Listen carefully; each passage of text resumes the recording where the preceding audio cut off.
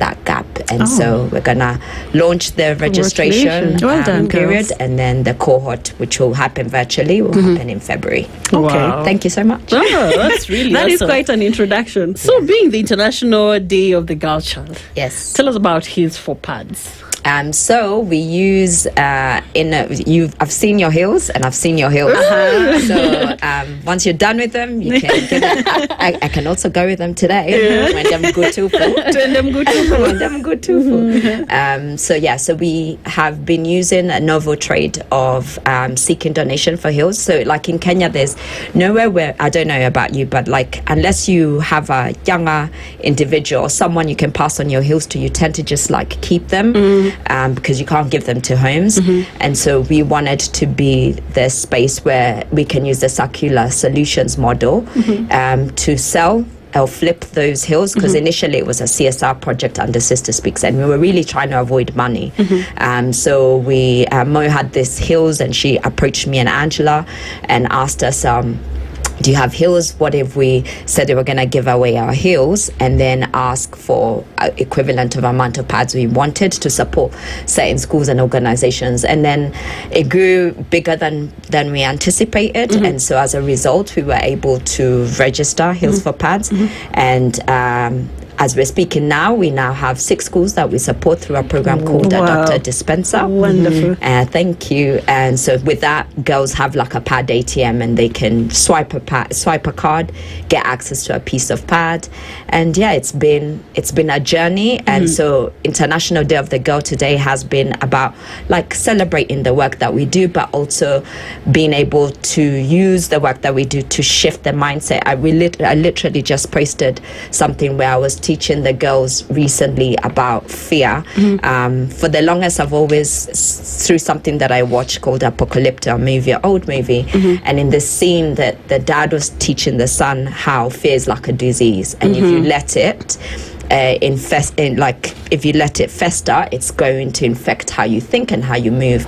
And so we're teaching girls to remember that fear is like a disease. Yes, but within the word fear is the word ear, right? Okay. So if you allow fear in your ear, it will disable you. So we want to switch them to allow faith to be in their ear so that they can be enabled and aligns with the vision of today. Exactly. Wonderful. How bad is period poverty in Kenya?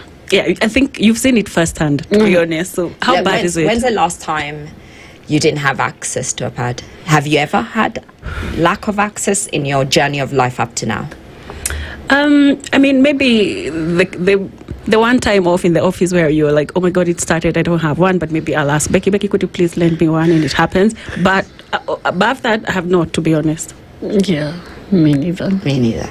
So you're privileged, right? So there's somebody who right now is experiencing period right now, and is either having to free bleed because they have no option, or are using other means of alternatives, or come from a background where they are that's just not an area of discussion. And so period poverty is basically being unable to access clean hygiene products that you can use on a monthly basis during your menstruation.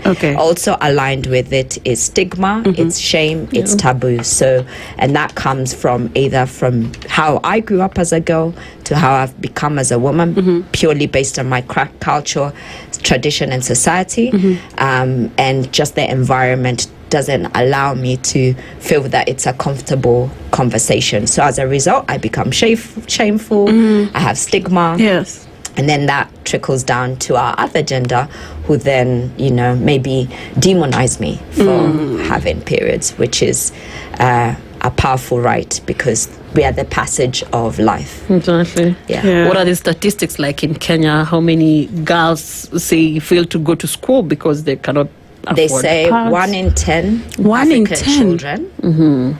But the last study that was done, which is very outdated, it came out in 2017. It says 65% of girls and women. But if you think about it, that study was probably, that research was probably done in 2014, right?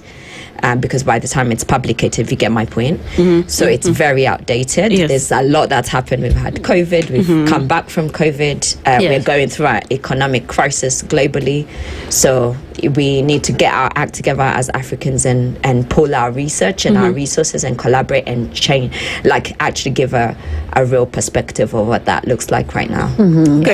Okay.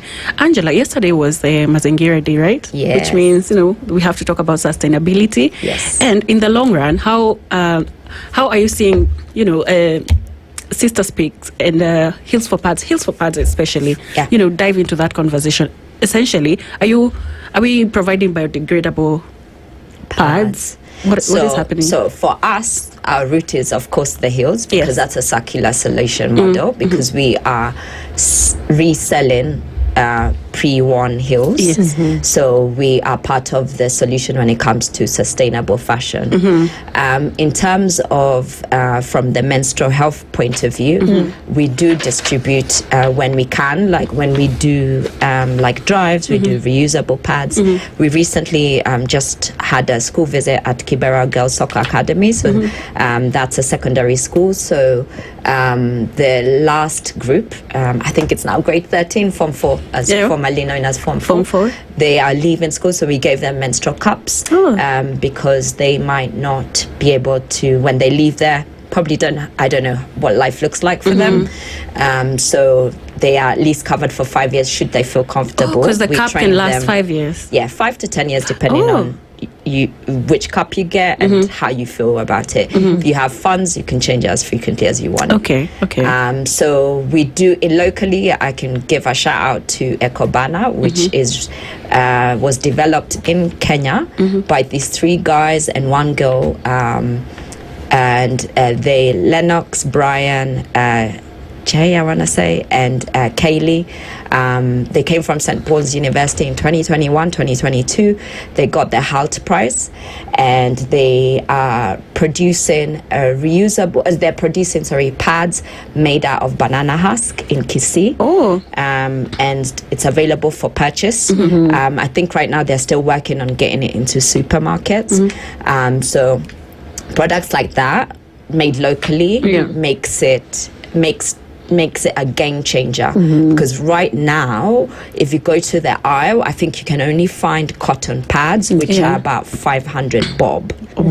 Okay, so even us as individuals, are you going to spend 500 bob for one packet? And you need 2, so that's 1,000. That's quite pricey. Yeah, so while they are selling banana husk biodegradable pads at 90 bob, so you see, but so it's now getting more of these kind of products that are made locally in the shelves. So that's a mission. And yesterday I planted trees. You did. So as part with our partners. So in fact, you've put it really well, and you are guiding my conversation really well, because I was about to ask you how your partnerships are really supporting your milestones.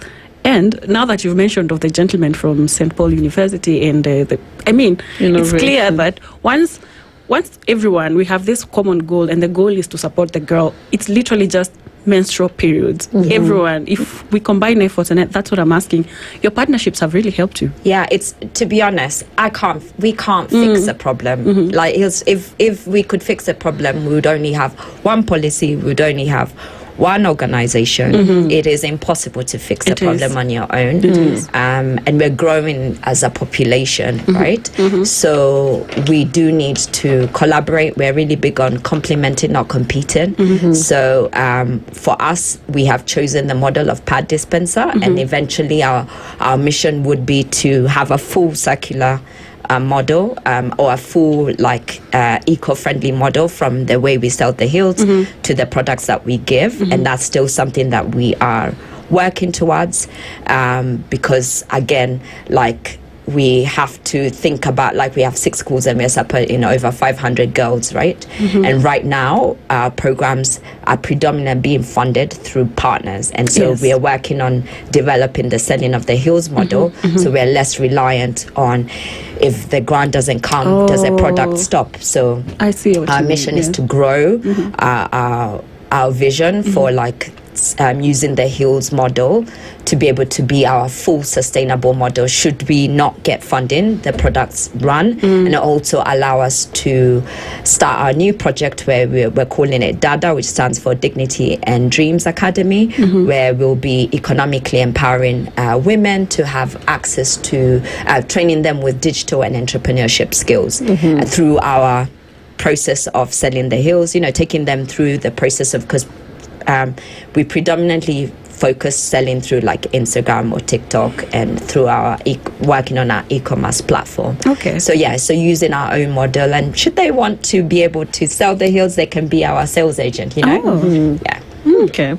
So talking of policy, you were talking about policy. Sometime back, Gloria Oroba sponsored a bill on sanitary towels. It was called Sanitary Towels Provision Bill, which was advocating for free distribution of sanitary towels to schools. Okay. And from where you sit, what do you think about the policies that we have around menstrual hygiene and menstrual care in Kenya?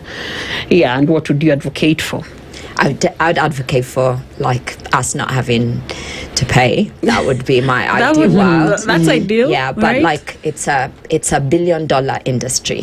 Okay, so there's a lot of players. To get to the point where we can have it free, it's a huge conversation. It can't just be on the government. Even the people who are responsible for creating the products, it's an all conversation, right? And I applaud her efforts for trying to push that, because it started off in 2017 where a previous government had declared that schools would get, but what people don't realize, it's not all schools, because there's also a grading of what poverty looks like, and so it's such a huge conversation. And yes, we do need to work towards that, at least even if we can't get it on us who are sat here and work and have access to money. Let's work towards fixing that in school level, because I imagine I had a conversation with a couple friend, and the wife has always gone through challenges with periods, so she actually always had to take time off, right? And that's somebody who's going through challenging periods. But then there's also somebody who has challenging periods and then no access. Yes.